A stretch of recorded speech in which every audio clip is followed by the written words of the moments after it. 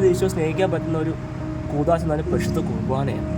നമുക്ക് വേണ്ടി ഈശോ നമുക്ക് വേണ്ടി കുരിശിൽ പീഡ സഹിച്ച് മരിച്ചത്, അത് എന്ന് വെച്ചാൽ ഒരു 3 മണിക്കൂറോളം ഈശോ പീഡ സഹിച്ചത് 1.5 മണിക്കൂർ അല്ലെങ്കിൽ ഒരു മണിക്കൂറിലേക്ക് ചുരുക്കിയാണ് പരിശുദ്ധ കുർബാന അർപ്പിക്കുന്നത്. എന്നാൽ ഈശോ അന്ന് എങ്ങനെയാണോ മരിച്ചത്, അന്ന് മരിച്ച അതേപോലെ തന്നെ ഈശോ ആ ആൾക്കാരെ മരിച്ച് ആൾക്കാർ ഉയർത്തെഴുന്നേറ്റ് അതിന് ശേഷമാണ് പരിശുദ്ധ കുർബാനയായിട്ട് നമ്മുടെ ഉള്ളിലേക്ക് വരുന്നത്.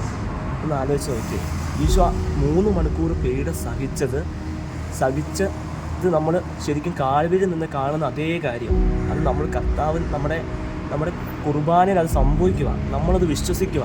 നമ്മൾ വിശ്വസിച്ചത് കാണുമ്പോണ്ടല്ലോ, അത് കാണുമ്പോൾ നമുക്ക് ഭയങ്കരമായിട്ട് നമുക്ക് സന്തോഷിച്ചോണ്ടിരിക്കാൻ പറ്റില്ല, സ്വസ്ഥയോടിരിക്കാൻ പറ്റില്ല. കാരണം 3 മണിക്കൂർ പീഡ സഹിച്ച് അവസാനത്തുള്ള രക്തം പോലും നമുക്ക് വേണ്ടി കൊടുത്ത് മരിച്ച അത് തന്നെയാണ് വെളിയിൽ അർപ്പിക്കുന്നത്. അപ്പം ചില സമയത്ത് എനിക്ക് ഭയങ്കരമായിട്ട് എനിക്ക് ചങ്കിന് ഭയങ്കര ഭാരമാണ് തോന്നുന്നത്. അതെന്താണെന്ന് അറിയില്ല, ഭയങ്കര.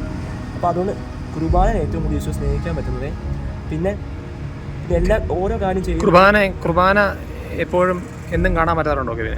എന്നും കാണും ആഗ്രഹിക്കാറുണ്ട്. പക്ഷെ ചില ദിവസമൊന്നും ഓഫ്ലൈനായിട്ട് കുർബാന കൂടാൻ പറ്റാറില്ലേ. അങ്ങനെ വരുമ്പോൾ ഞാനിങ്ങനെ വൈകുന്നേരങ്ങളിൽ ഇങ്ങനെ ഓൺലൈൻ മാസ് റെക്കോർഡ് ചെയ്ത് കൂടിയിട്ട് അരൂപി സ്വീകരിക്കും. കാരണം അരൂപി സ്വീകരിക്കുന്നതിന് അതിന് ഒരു പ്രത്യേക അഭിഷേകമുണ്ട്.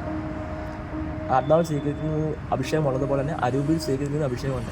കുർബാനയ്ക്കിടയ്ക്ക് എന്തെങ്കിലും പ്രാർത്ഥന വല്ലതും കുർബാന എങ്ങനെ സ്വീകരിക്കുന്ന സമയത്ത് എങ്ങനെയാണ് സ്വീകരിക്കുന്നത്? കുർബാന സ്വീകരിക്കുമ്പോഴേ ആ മൊമെൻ്റ് എങ്ങനെയാണ്? കുർബാന സ്വീകരിക്കുന്ന മൊമെൻ്റ് ചില സമയങ്ങളിൽ നമ്മൾ ചിലപ്പോൾ സ്തുതിച്ചുകൊണ്ട് പോകും. പിന്നത്തെ ഒരു കാര്യമേ, ബലിയർപ്പകനും ബലി വസ്തുവും ഈശോയാണെന്ന് സഭ പ്രത്യേകം പറയുന്നുണ്ട്.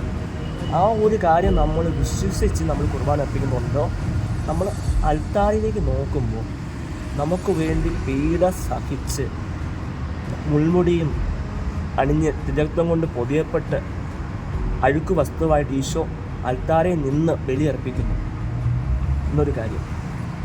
ആ ഒരു കാര്യം എപ്പോഴും എൻ്റെ മനസ്സിൽ ഇങ്ങനെ കടന്നു വരികയും ഞാൻ കുർബാന അർപ്പിക്കുമ്പം അപ്പം വിശ്വസിക്കും. ഞാൻ ഒരു കാര്യം ആ വിശ്വാസം തന്നിട്ടുണ്ട്. അപ്പം അങ്ങനെ വരുമ്പോഴത്തേക്കും ഇത് ഭയങ്കരമായിട്ട് ഒരിക്കലും അശ്രദ്ധമായിട്ട് നിൽക്കാൻ പറ്റത്തില്ല. ആമേൻ ആമേൻ ആമേൻ.